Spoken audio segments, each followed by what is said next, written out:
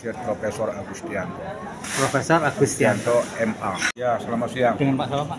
Pak Agustianto Mingka dari Lembaga Pendidikan Pelatihan Perbankan Syariah Nasional, Episode Consulting, yang sudah ribuan kali melaksanakan pelatihan-pelatihan sertifikasi kepada notaris, kepada hakim, dosen dan praktisi perbankan syariah. Kalau notaris sendiri kan sudah termasuk sudah angkatan ke 1200 ini, Pak ya? Ya, ini keseluruhannya 1243 yang diharapkan dengan adanya pelatihan-pelatihan ini kompetensi notaris bisa lebih meningkat secara signifikan dan standar untuk menjadi rekanan perbankan syariah. Perbankan syariah di Indonesia, sebagaimana kita ketahui, mengalami perkembangan yang cukup pesat. Ya, baru beberapa tahun 100 triliun, tapi sekarang sudah 915 triliun. Dan ini tentu membutuhkan lebih dari 5.000 notaris se-Indonesia ini untuk menjadi rekanan bank syariah, untuk menangani perjanjian-perjanjian pembiayaannya bersama pengikatan jaminannya. Nah, karena itu perlu peningkatan kompetensi dan forum belajar terus-menerus yang kita galakkan untuk memberikan pencerahan, memberikan pembekalan dan kompetensi kepada notaris-notaris yang sedang menjadi rekanan bank syariah ataupun yang akan menjadi rekanan perbankan syariah di seluruh Indonesia. Secara spesifik, Prof, perbedaan antara bank konvensional dan bank syariah itu kan masyarakat banyak yang belum banyak ngerti ya. Bisa dijelaskan, Prof? Perbankan syariah dengan perbankan konvensional memiliki perbedaan yang jauh apabila kita lihat dari teori dan praktek-praktek dan dampak-dampaknya. Kalau perbankan konvensional itu kan berbasiskan kepada bunga, tanpa berbasiskan kepada sektor real. Kalau perjanjian-perjanjian syariah ini wajib dan harus berbasiskan kepada sektor real, seperti perjanjian jual beli murabahah, jadi ada objek barang jual belinya, atau usaha bagi hasil tentu berbasiskan bagi hasil. Kalau di konvensional dia tidak melihat hasil atau tidak, dia beruntung atau tidak, dia tetap menerapkan bunga. Tapi kalau di syariah untuk perjanjian modal kerja itu pasti berbasiskan bagi hasil, bagi untung dan bagi rugi. Nah, di dalam perbankan konvensional, denda-denda saja misalnya itu menjadi pendapatan bank. Kalau di syariah, kalau nasabah terlambat, seandainya pun ada denda, maka denda ini tidak boleh Rp1 pun diambil oleh bank syariah, tetapi digunakan untuk kepentingan sosial, anak yatim, orang miskin, atau rumah ibadah dan sosial-sosial lainnya.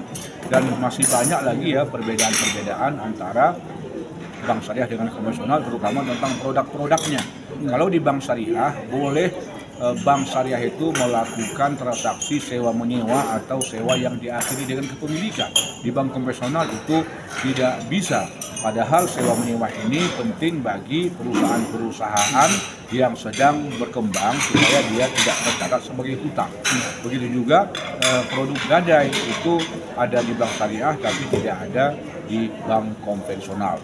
Nah, kekayaan produk-produk dan akad ini mengharuskan para notaris untuk lebih giat mengembangkan ilmu dan kompetensinya dalam membuat akta-akta. Karena perjanjian-perjanjian di bank syariah ini tidak biasa ditemukan oleh para notaris dalam tugas-tugas kesehariannya.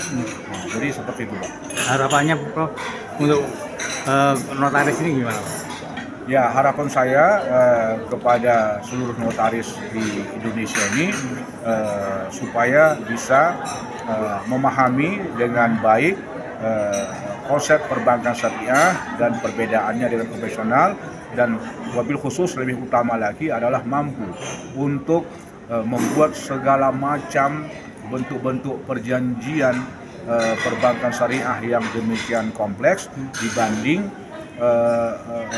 bank konvensional yang sangat sederhana, yaitu perjanjian kredit biasa, walaupun dia untuk bekerja. Tetapi kalau di syariah variasinya ini cukup banyak, ada berdasarkan undang-undang bisa ada lebih 20-an ya akad-akad perjanjian utama yang ada di perbankan syariah, seperti murabahah, perjanjian istisna, salam, musyarakah, kemudian mudharabah, kemudian musyarakah mutanaqisah, ada ijarah mudhabit tamlik, ijarah musubi zimmah, ada kafalah, ada wakalah, ada hawalah, ada rahan, ada qad, dan masih banyak lagi turunan-turunan ayat itu, turunan akad itu yang bisa dijadikan sebagai akad-akad perjanjian di perbankan syariah berdasarkan kebutuhan-kebutuhan nasabah yang cukup berkembang saat ini.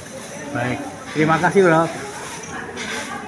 Yang dijelaskan tentang bank syariah untuk anggota ini bisa dijelaskan gimana, Bu? Oh, baik. Dari awal ya, Pak? Iya. Iya. Baik. Memang pada dasarnya untuk perjanjian bank syariah ini memang masih berbeda dengan perjanjian konvensional. Ya. Kenapa saya katakan berbeda? Karena pastinya bila ditinjau dari sumber rujukan, kemudian ditinjau dari istilahnya, kemudian juga dari bentuknya, itu pasti jauh berbeda. Jika untuk perjanjian bank konven itu rata-rata semua perjanjian kredit, tetapi di bank syariah itu disesuaikan dengan bentuk objeknya. Apakah itu jual beli, apakah itu sewa menyewa, jasa, atau bagi hasil. Seperti itu Bapak, sekilas tentang perjanjian yang ada di bank konven maupun di bank syariah. Kalau bank syariah, sebenarnya bank syariah juga pakai istilahnya borak gitu, Bu, apa ya? Apa namanya, ada surat tanah yang disyaratkan atau bagian kalau pinjam dan sebagainya, itu gimana, Bu? Sebetulnya untuk bank syariah ya. Untuk bank syariah sendiri, saya kira memang pastinya berbeda Pak untuk aturannya ya. Untuk aturannya kalau masalah memang agunan semua sama ya. Anggunan istilahnya ya. Agunan itu sama Pak. Sama. Iya. Cuma yang membedakan di sini, katakanlah contoh ketika ada transaksi bermasalah ya, atau ada seorang nasabah ingin melunasi dipercepat, ada perusahaan dipercepat. Nah, nanti jika terjadi perusahaan dipercepat, seorang nasabah itu jika itu di bank konven, maka itu dikenakan penalti. Nah, tetapi jika di bank syariah akan diberikan diskon. Malah dikasih diskon ya? Iya, diskon. Nah, nanti juga tergantung dari kebijakan bank syariah masing-masing diskon itu. Kemudian kalau tadi sempat disinggung kalau terjadi kelas atau apa itu ke pengadilan agama, itu gimana itu? Jadi ketika terjadi sengketa, jika itu akadnya perjanjian yang ada di bank konven maka diselesaikan di pengadilan negeri. Tetapi jika itu akadnya di bank syariah maka diselesaikan di pengadilan agama. Kemudian harapannya dengan pemberian materi ini kepada teman-teman anggota ini bagaimana? Ya, harapan kami kepada rekan-rekan Bapak Ibu Notaris PPAT dan juga para ALB dengan mengikuti kegiatan Diklat Perbankan Syariah, harapannya adik-adik atau rekan-rekan bisa rekanan dengan bank syariah, kemudian juga bisa lebih memahami, bisa mengupdate dan mengupgrade ilmu khususnya tentang perjanjian yang ada di bank syariah. Seperti itu. Baik, terima kasih Ibu. Sama-sama. Swiss misalnya kan, langsung ketahuan. Di Australia itu gampang sekali kuliahnya kalau kita memang kuliah, ya kan, di S3 itu dan memaksa mahasiswa untuk mempresentasikan jurnal-jurnal terkini dari penelitian Nobel. Itu penyebabnya itu adalah ketidakseimbangan sektor moneter dan sektor objek. Nah, kalau di murabahah dia menjadi objek itu adalah barang, tapi kalau di bunga yang menjadi objek adalah uang.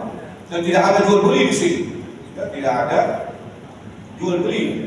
Nah, kalau di syariah ini kan terjadi keseimbangan ini ya, sektor moneter terkait dengan sektor real sehingga menyentuh langsung sektor real, mendorong percepatan arus barang karena dia murabahah, banyak barang-barang yang dibutuhkan, berarti tenaga kerja bisa terpenuhi ya. Nah, mendorong produktivitas, entrepreneurship juga, dan pada gilirannya meningkatkan penduduk tenaga kerja. Jadi manfaat dan maslahat dari sektor ini jual beli itu besar, dan fakta-fakta historis menunjukkan yang lainnya sebaliknya. Oke, next. Ini tidak kita bahas, ini sudah saya sampaikan tadi. Oke, next. Ini terakhir saja saya kira ya untuk perbankan, nanti kita dialog selanjutnya, kita akan membahas perjanjian syariah. Jadi alur kerja bank konvensional syariah, kalau konvensional ya ini ada deposan, kemudian ada ada harga pokok, kemudian ada bunga. Jadi dia price dan bunga, kemudian ada bunga. Kalau di syariah bagi hasil bagi hasil. Saya kira itu tidak susah membedakannya antara bunga dan bagi hasil. Kalau bunga memaksa, berapa dijadikannya bunga harus seperti itu. Kalau bagi hasil kita memaksa, tunggu dulu hasilnya. Tanggal 25 kita hitung hasilnya, nanti berapa hasilnya. Sebesar hasil itulah yang akan diberikan kepada. Nah, jadi itulah yang menyelamatkan kita semuanya. Karena ini banyak ya pesertanya ya, Masya Allah, luar biasa. Baik, sekali lagi, ekonomi syariah? Ekonomi syariah? Yes. Iktisad? Penghil Jati? Jaya, jaya, jaya. Beri tepuk tangan untuk kita semua. Semakin banyak tepuk tangan, semakin mengurangi asam urat, Bapak Ibu sekalian ya.